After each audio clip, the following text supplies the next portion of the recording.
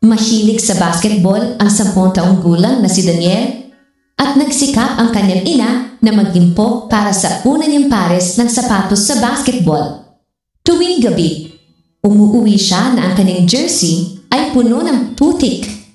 Akala ng kanyang ina ay nagsasanay siyang mabuti, ngunit hindi nito alam na may itinatago pala siyang lihim. Isang Sabado, palihim na sumunod ang ina sa court. Doon nakita niyang iniabot ni Daniel ang sapatos kay Mateo, saka sinadyang dumampot ng putik at ipahid sa kanyang jersey. Pagkatapos, nakatayo siya sa gilid ng court at malakas na sumigaw. "Shoot mo na! Mateo, kaya mo yan!" Umagos ang kanyang luha. Hindi niya inakalaan na ang kanyang anak ay marunong magmahal sa ganitong paraan. Pagkatapos ng laro, tinanong niya, "Bakit di ikaw ang naglaro?" Mahihinahon na sinabi ni Daniel. "Ma," sinabi ni Jesus, "lalo pang mapalad ang magbigay kaysa tumanggap noong linggong iyon." Binilihan niya ng isa pang pares ng sapatos, si Mateo.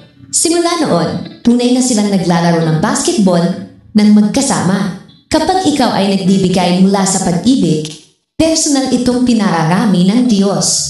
Kung naniniwala kang ang mabuting puso ay mas mahalaga kaysa ginto, Amen. At ibahagi ito upang magbigay inspirasyon sa mas maraming tao.